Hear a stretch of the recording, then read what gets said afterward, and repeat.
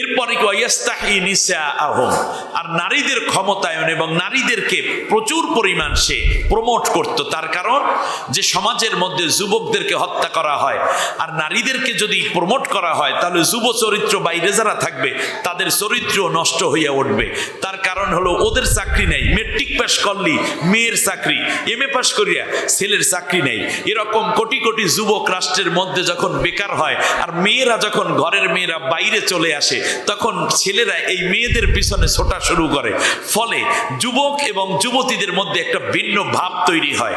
অবশেষে ওই সমাজের নেতৃত্ব চলে যায় নারীদের হাতে। তার কারণ নারীর টাকা আছে, ছেলে বেকার। আর যারা বেকার আছে তারা ফ্রাস্ট্রেট হয়, হতাশ হয়। তখন গিয়া সরকার ওই ফেরাউনের কাছে ধরবে যে স্যার কি করব? আমার বিরুদ্ধে যারা কয় তাদেরকে সমানে যদি সাইজ করতে পারো, আর আমাকে বারবার ক্ষমতায় আনতে পারো লাঠি দিয়ে পিটাইয়া টিটাইয়া, তাহলে আমি তোমাদেরকে টেন্ডারবাজি দেব, আর আমি তোমাদেরকে যা করার ভরণ পোষণ সব দিয়ে দেব, কিন্তু চাকরি দেবে না। আপনারা বসে আছেন, কেউ একটু দাঁড়িয়েছেন কোমর সোজা করার জন্য, আর বাতেলরা মনে করেছে এই দেশটা নাকি তারা সব নাস্তিক দিয়ে ভরে ফেলবে। এটি কোনোদিনও সম্ভব হবে? এই রকম অতন্ত্র প্রহরীর ভূমিকা পালন করতে হবে যতদিন পর্যন্ত বাংলার জমিনে আল্লাহর কোরআনের রাজ কায়েম না হয়। ততদিন দিন আর রাত সমান করে বাতিলের মোকাবেলায় আল্লাহর কোরআনের পতাকা উড্ডীন করতে যারা রাজি, তারাই এই মুহূর্তে দুইটি হাত উঁচু করে আল্লাহকে দেখাও।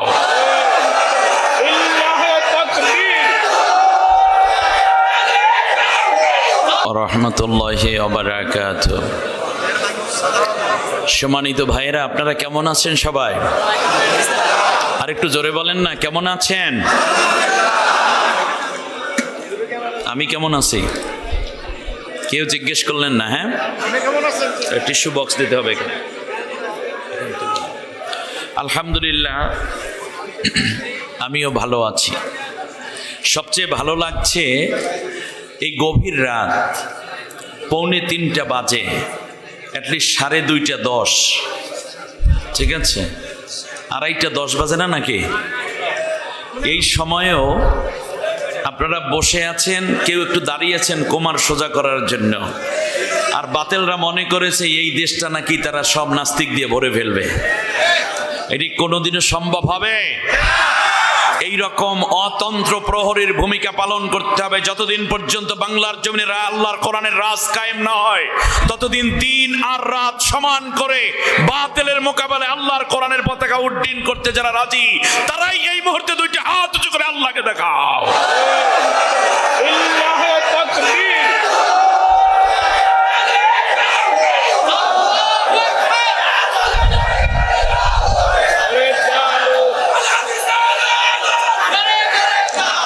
আলহামদুলিল্লাহ, আলহামদুলিল্লাহ রাব্বিল আলামিন, والصلاة والسلام على رسوله الأمين وعلى آله وأصحابه أجمعين. فقد قال الله تعالى في شان حبيبه مخبرا وآمرا: أعوذ بالله من الشيطان الرجيم. بسم الله الرحمن الرحيم. إن الله وملائكته يصلون على النبي يا أيها الذين آمنوا صلوا عليه وسلموا تسليما. اللهم صل على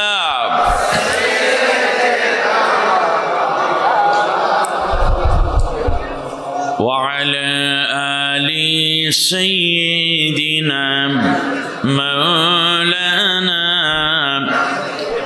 بلغ العلا بكماله كشف الدجى بجماله حسنت جميع خصاله صلوا عليه وآله দরবারে আলিয়া খানকায়ে আহমদিয়া নকশেবন্দিয়া মোজাদ্দাদিয়া ইসলামপুর গাছতলা দরবার শরীফের ৭৭তম বার্ষিক ইসালে সওয়াব মাহফিল গভীর নিশীথে তাহাজ্জুদের এই বরকতময় ওয়াক্তে সমবেত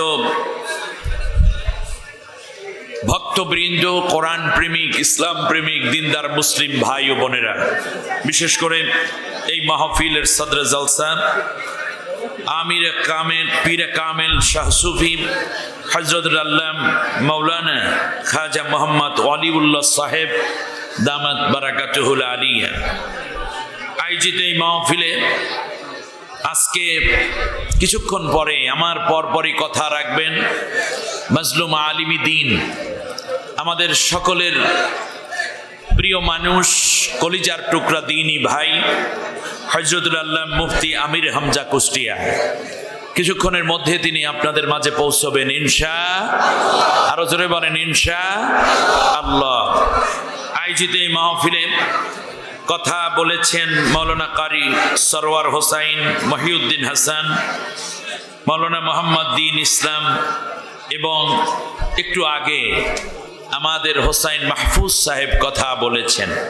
সম্মানিত ভাইয়েরা, আমি আপনাদের উদ্দেশ্যে মাত্র একটি বিষয় কথা বলতে চাই, তা হচ্ছে কাগজ কলম যদি থাকে তাহলে লেখার একটা সুযোগ নিতে পারেন।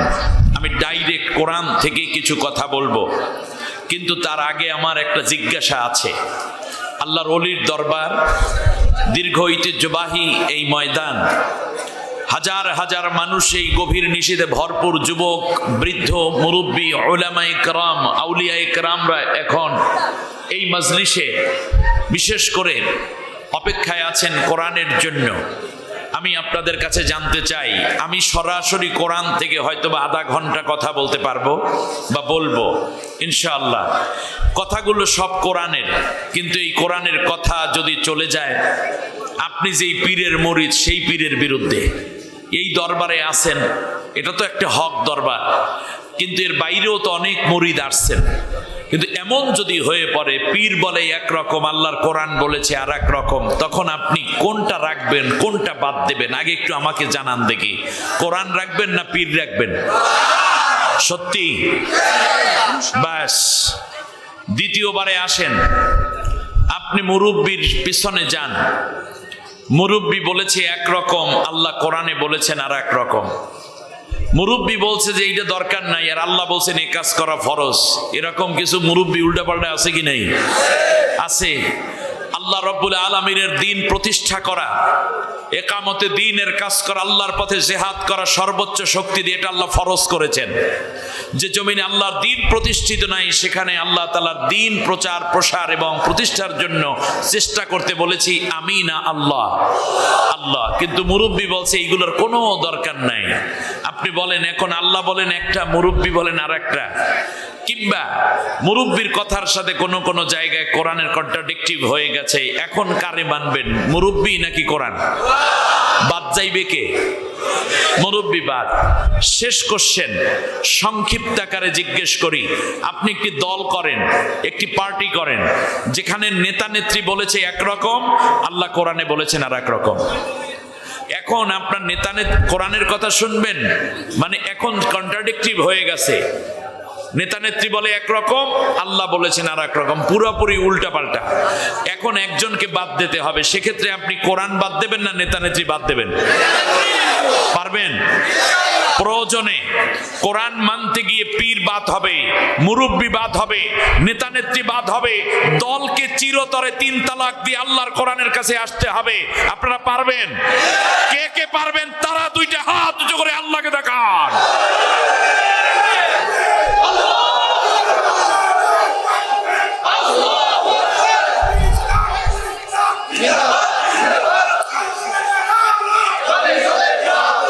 আল্লাহ রাব্বুল রব্বুল আলামিন আমাদের কবুল করো, বলেন আমিন। ভাইরা আমার, সরাসরি আমি চলে যাচ্ছি ঈমানদারদের শিক্ষা নিয়ে। একটি চমৎকার কথা আল্লাহ কোরআনের মধ্যে বলেছেন। আমি আমার এই সংক্ষিপ্ত সময়ের মধ্যে 11টা কথা বলবো। সর্বোচ্চ 22 মিনিট সময় লাগবে। নড়াচড়াই একেবারে না করলে বেশি ভালো। যে অবস্থায় আছেন এই অবস্থায় থাকেন, তার কারণ নড়াচড়া করলে অন্য ভাইয়ের কষ্ট হবে। তবে যারা জায়গা পাচ্ছে না, আরে কি যে কষ্ট আমার ভাইদের। আল্লাহ তাআলা কোরআনে বলেছেন, ইয়া আইয়ুহাল্লাযীনা আমানু ইযা কিলা লাকুম তাফাসসাহু ফিল মাজালিস ফাফসাহু ইয়াফসাহিল্লাহু লাকুম। হে ঈমানদারেরা, তোমাদেরকে যদি বলা হয় অন্য ভাইরা কষ্ট পাচ্ছে, তোমরা একটু এগিয়ে এসে পিছনে পাশে একটু জায়গা করে দাও। আর যদি একটু চেপে একটু জায়গা করে দাও, আমি আল্লাহ কিয়ামতের দিন তোমাদের জন্য আমার আরশের নিচে বড় করে জায়গা ছেড়ে দেব। একটু জায়গা যদি দেওয়া যায় তাহলে ভাইরা বসতে পারতেন। আমি জানি আপনারা এই দয়াটুকু দেখাবেন, অন্য ভাইকে একটু জায়গা করে দিবেন। আমার সাথে পড়েন, আউযু বিল্লাহি মিনাশ শাইতানির রাজীম, বিসমিল্লাহির রাহমানির রাহিম। বিতাড়িত অভিশপ্ত শয়তানের ওয়াসওয়াসা থেকে আল্লাহর আশ্রয় চাই। পরম করুণাময় অসীম দয়ালু আল্লাহর নামে শুরু করছি। তাসিম মিম। আল্লাহু ওয়া রাসূলুহু আ'লামু বিমুরাদিহি বিহি। এর অর্থ আল্লাহ এবং আল্লাহর রসুল জানেন, দুনিয়ার কেউ জানে না। কে কে জানেন? আল্লাহ এবং তিলকা আয়াতুল কিতাবিল মুবিন। এই আয়াতগুলো হচ্ছে এক মহা সত্য এবং সুস্পষ্ট কিতাব থেকে নেওয়া। সুবহানাল্লাহ। নাতলু আলাইকা মিন নাবাই মূসা ওয়া ফিরআউনা বিল হক লিকাওমি ইউমিনুন। হে রাসূল, আমি আপনাকে ফিরআউন এবং মূসার একটি সত্য ঘটনা শোনাচ্ছি। আর এই ঘটনা যখন শুনবে তখন ঈমানদারদের ঈমান বেড়ে যাবে। সত্যকে অনুধাবন করা এবং অনুসরণ করা তাদের জন্য সহজ হয়ে যাবে। সুবহানাল্লাহ। কার কার ঘটনা? কার কার ঘটনা? মূসা এবং ফিরআউন। এই ঘটনা শোনার পর ঈমান তাজা হবে কাদের? মুমিনদের। সুবহানাল্লাহ পড়েন। ইন্না ফিরআউনা আলা ফিল আরদি ওয়া জাআলা আহলাহা শিয়া'আন ইয়াস্তাদঈফু তা'iফাতাম মিনহুম ইউযাব্বিহু আবনাআহুম ওয়া ইয়াস্তাহয়ী নিসাআহুম ইন্নাহু কানা মিনাল মুফসিদিন। আল্লাহু আকবার। খেয়াল করুন, আল্লাহ বলছেন ফিরআউন এমন একটা সরকার গঠন করেছিল যে সরকারের মধ্যে সংসদে কোনো বিরোধী দল ছিল না।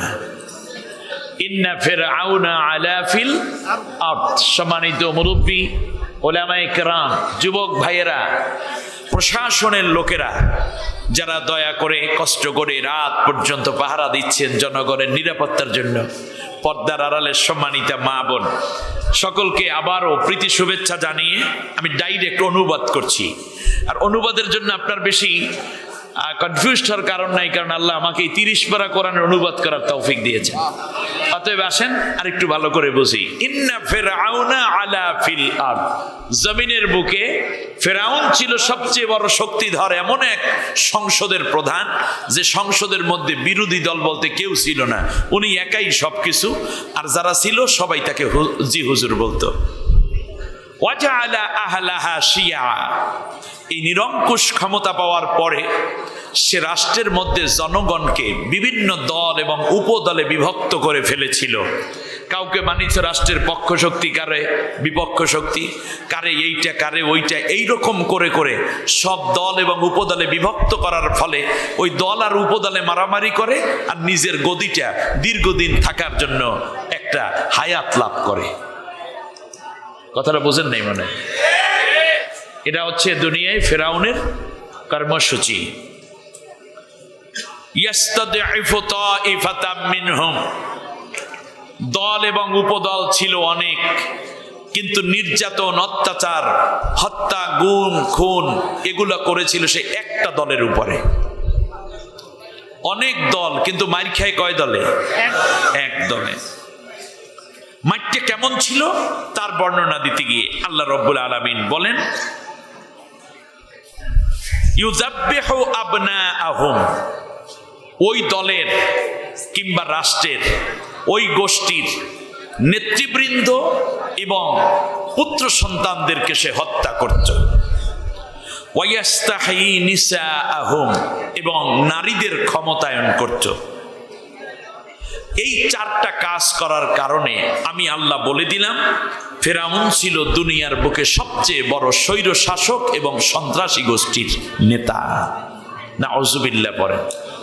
এবার মুখস্থ করেন ফেরাউনের রাষ্ট্র ক্ষমতা কেমন ছিল? বহুদলীয় না একদলীয়? সংসদে বিরোধী দল ছিল? ছিল না। আমার কথা না, আল্লাহর কথা। এটা কত বছর আগের ঘটনা জানেন? 4000 বছর। কত বছর? 4000 বছর আগে ফেরাউনের সংসদে বিরোধী দল ছিল না। এই যে একটা ক্ষমতা সে পাইয়ে গেল, এই কারণে সে দল এবং উপদল বানাইয়া রাষ্ট্রের মধ্যে বিভিন্ন ফেরকা তৈরি করে তারপর দল উপদলের মধ্যে মারামারি, কারাকারি, কিলাকিলি, মাঝখান থেকে নিজে দীর্ঘদিন ক্ষমতা পরিচালনা করেছে। দল এবং উপদল অনেক, কিন্তু নির্যাতন করে কয় দলের উপরে? এক দলের উপরে। কেন? তার কারণ ফেরাউন জানে এই দলটাই ওরে খাইবে। এই কারণে কোনো একটি দলের উপর যখন কোনো একচ্ছত্র ক্ষমতায় থাকার পরেও ওই দলের উপরে অত্যাচার করে, এর দ্বারা কিন্তু আপনার ভীত হওয়ার কোনো কারণ নাই। তার কারণ হচ্ছে এই যে সে মনে করে এই দলটাই তার প্রথম প্রতিদ্বন্দ্বী এবং প্রধান প্রতিদ্বন্দ্বী, এই কারণেই অত্যাচারটা করে। ঠিক এটা বলেন? অত্যাচারের ধরনটা কি? ধরনটা ছিল এই যে ইউযাব্বিহু আবনাআহুম, ওই দলের প্রধান এবং সন্তান মানে যুবক যারা ছিল, পুত্র জাতীয় যারা ছিল, এদেরকে সবাইকে হত্যা করত। যখন বাবা এবং সন্তানের মধ্যে আসে তখন ইবনুন মানে সন্তান, কিন্তু যখন শিয়া আসে, শিয়া মানে পার্টি, দল আসে, তখন ইবনুন দ্বারা বোঝানো হয়। তাফসিরে মাঝারির মধ্যে পড়ে দেখেন আল্লামা সানাউল্লাহ পানিপতি চমৎকার ব্যাখ্যা করেছেন। বলছেন যে যখন ইবনাটা হবে দলীয় দিক থেকে, তখন বাবার সন্তান যেমন বাবার ঐতিহ্যকে ধরে রাখে, ঠিক তেমনি দলের ঐতিহ্য ধরে রাখে নেতৃবৃন্দ। ফেরাউনের কাজ ছিল যেই দলটা তার জন্য সবচেয়ে বড় বাধার কারণ ছিল, সেই দলের নেতাদেরকে সে হত্যা করে করে তারপর তার দীর্ঘ শাসনের একটা প্ল্যানকে সে বাস্তবায়ন করতে চেয়েছিল। এরপরে ওয়াইয়াস্তাহি নিসাআহুম, আর নারীদের ক্ষমতায়ন এবং নারীদেরকে প্রচুর পরিমাণ সে প্রমোট করত। তার কারণ যে সমাজের মধ্যে যুবকদেরকে হত্যা করা হয়, আর নারীদেরকে যদি প্রমোট করা হয় তাহলে যুব চরিত্র বাইরে যারা থাকবে তাদের চরিত্র নষ্ট হইয়া উঠবে। তার কারণ হলো ওদের চাকরি নেই, মেট্রিক পাস করলি মেয়ের চাকরি, এমএ পাস করিয়া ছেলের চাকরি নেই। এরকম কোটি কোটি যুবক রাষ্ট্রের মধ্যে যখন বেকার হয়, আর মেয়েরা যখন ঘরের মেয়েরা বাইরে চলে আসে, তখন ছেলেরা এই মেয়েদের পিছনে ছোটা শুরু করে। ফলে যুবক এবং যুবতীদের মধ্যে একটা ভিন্ন ভাব তৈরি হয়। অবশেষে ওই সমাজের নেতৃত্ব চলে যায় নারীদের হাতে। তার কারণ নারীর টাকা আছে, ছেলে বেকার। আর যারা বেকার আছে তারা ফ্রাস্ট্রেট হয়, হতাশ হয়। তখন গিয়া সরকার ওই ফেরাউনের কাছে ধরবে যে স্যার কি করবো? আমার বিরুদ্ধে যারা কয় তাদেরকে সমানে যদি সাইজ করতে পারো আর আমাকে বারবার ক্ষমতায় আনতে পারো লাঠি দিয়ে ফিটাইয়া টিটাইয়া, তাহলে আমি তোমাদেরকে টেন্ডার বাজিয়ে দেবো, আর আমি তোমাদেরকে যা করার ভরণ পোষণ সব দিয়ে দেব, কিন্তু চাকরি দেবে না। স্থায়ী কোনো ব্যবস্থা করবে না। এইটা ছিল তার কাজ। আল্লাহ রাব্বুল আলামিন বলেন এতগুলো আকাম করার কারণে আমি ফেরাউনকে বললাম যে তুমি দুনিয়ার বুকে সবচেয়ে বড় ফাসাদ সৃষ্টিকারী এবং সবচেয়ে বড় সন্ত্রাসী একটি শাসক। ফেরাউন এই কাজ করে, আল্লাহর কোনো কাজ আছে না নাই? কথা বলেন না কেন? আল্লাহ রাব্বুল আলামিন বলেন শোনো, ফেরাউন তার কর্মনীতি চালাচ্ছি, আমি আল্লাহ রাব্বুল আলামিন সিদ্ধান্ত নিলাম তার বিপরীতে 4টা সিদ্ধান্ত আমি নিয়েছি। বলুন মারহাবা। এবার আল্লাহর সিদ্ধান্ত আমাদের সিদ্ধান্ত, ঠিক কিনা কোন? জোরে বলেন, আল্লাহর সিদ্ধান্তই আমাদের সিদ্ধান্ত। সবাই রাজি? আল্লাহ রাব্বুল আলামিন বলেন অনুরিদু أنمن على الذين استضعفوا في الأرض ونجعلهم أئمة ونجعلهم الوارثين سبحان الله আল্লাহ রাব্বুল আলামিন বলেন আমিও সিদ্ধান্ত নিলাম, আমিও ইচ্ছে করলাম। আল্লাহর ইচ্ছা মানে আল্লাহর সিদ্ধান্ত। বলেন আল্লাহর ইচ্ছা মানে কি? আল্লাহর সিদ্ধান্ত। আল্লাহর উপর বিশ্বাস আছে আমাদের? সবাই আছে? কম না বেশি? আল্লাহ যেটা বলেছেন কোন সন্দেহ আছে? আল্লাহ রাব্বুল আলামিন বলেন অনুরিদু, আমি আল্লাহ ডিসিশন নিলাম আন্নামুন্না আলাল্লাযীনা ইসতুদঈফু ফিল আরদ, ফিরাউন বাছাই করে যেই দলটার নেতৃবৃন্দকে হত্যা করলো, নির্যাতন করলো, অত্যাচার করলো, যেই দলের উপর পীড়ন দিল, আমি আল্লাহ রাব্বুল আলামিন ওই দলটার উপরে আমার রহমত এবং আমার দয়া দিয়ে ভরপুর করে দেব। এটা কার সিদ্ধান্ত? ফিরাউন চাই ওই দলটারে কি করতে, আর আল্লাহ চান ওই দলের উপর কি করতে? দয়া করতে। বলেন আমিন। আজ ইসরায়েলের দিকে তাকান, ফিলিস্তিনের হামাস এবং কাশেম ব্রিগেডকে শেষ করে দিতে চাচ্ছে ইসরায়েলি বাহিনী গাজা উপত্যকায়। বিশ্বাস করুন আল্লাহ তাআলার দয়ায় এরাই একসময় বিজয় হবে। আমার বিশ্বাস ইমাম মাহদী আলাইহিস সালাম এদেরই নেতৃত্ব দেওয়ার জন্য আসতেছেন ইনশাআল্লাহ। আল্লাহ রাব্বুল আলামিন বলেন শুনুন, যে দলটার উপরে সবচেয়ে বেশি অত্যাচার করলো, আমি আল্লাহ সিদ্ধান্ত নিলাম ওই দলের উপরে আমার দয়া এবং মায়া ঢেলে দেব। শুধু তাই নয়, ওয়ানাজআলাহুম আইম্মাতান, আর ওই পুরো রাষ্ট্রের সব জায়গায় এই দলের লোকদেরকে আমি নেতা বানাইয়া দেব। সুবহানাল্লাহ। কার ডিসিশন? ওয়ানাজআলাহুমুল ওয়ারিসিন। আজকে ফেরাউন যেই চেয়ারে বসে রাষ্ট্র পরিচালনা করছে, আর সময়ের ব্যবধানে ওই দলের লোকদেরকে আমি রাষ্ট্র ক্ষমতার উত্তরাধিকার বানাইয়া দেব। সব ডিসিশন কার? জোরে বলেন কার? আপনি আমি যাই চিন্তা করি না কেন, অত্যাচারিত হয়েছে যে দলটি, নির্যাতিত হয়েছে যে দলটি, মাহরুম হয়েছে যে দলটি, নেতৃবৃন্দকে হারিয়েছে যে দলটি, জেল জুলুম অত্যাচার সয়েছে যেই দলটি, মামলা হামলায় জর্জরিত যেই দলটি, বারবার মাজলুম হয়েছে যেই দলটি, একটি শাসন, শোষণ এবং নির্যাতনের শিকার হয়েছে যারা, ওই দলটি কি আল্লাহ রাব্বুল আলামিন পরবর্তীতে ক্ষমতায় আনতেছেন ইনশাআল্লাহ। ওরা ছিল দুর্বল।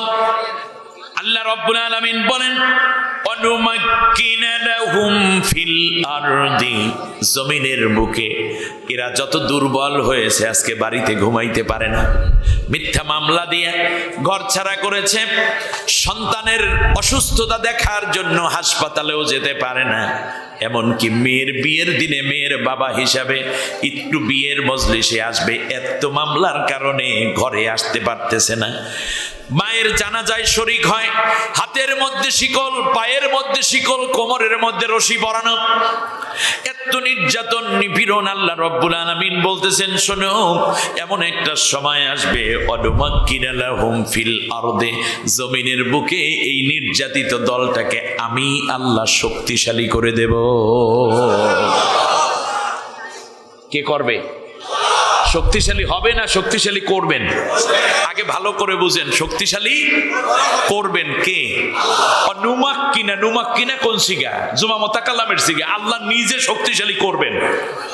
সুবহানাল্লাহ। কালকে বলেন এরপর আল্লাহ রাব্বুল আলামিন বলেন ওয়ানুরিয়া ফিরআউনা ওয়া হামানা ওয়া জুনুদাহুমা মিনহুম মা কানু ইয়াহজারুন। আর আমি আল্লাহ ফিরআউন, হামান এবং তার সৈন্য বাহিনীকে দেখিয়ে দিতে চাই। কে দেখিয়ে দেবেন? নুরিয়া বলে আল্লাহ মাসউলের সিগা করে দিয়েছেন।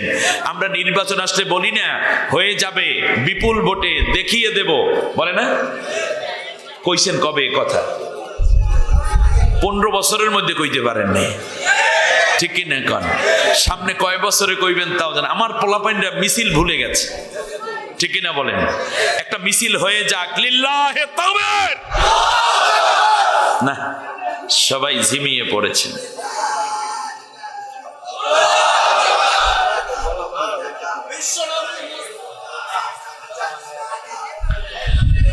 আলহামদুলিল্লাহ, ভাইয়ের গলা ভাঙ্গা কিন্তু ইমানি চেতনায় উজ্জীবিত এক সৈনিক, ঠিক কিনা বলেন? লিল্লাহে তাকবীর। এই তো কিছু একটা হইছে।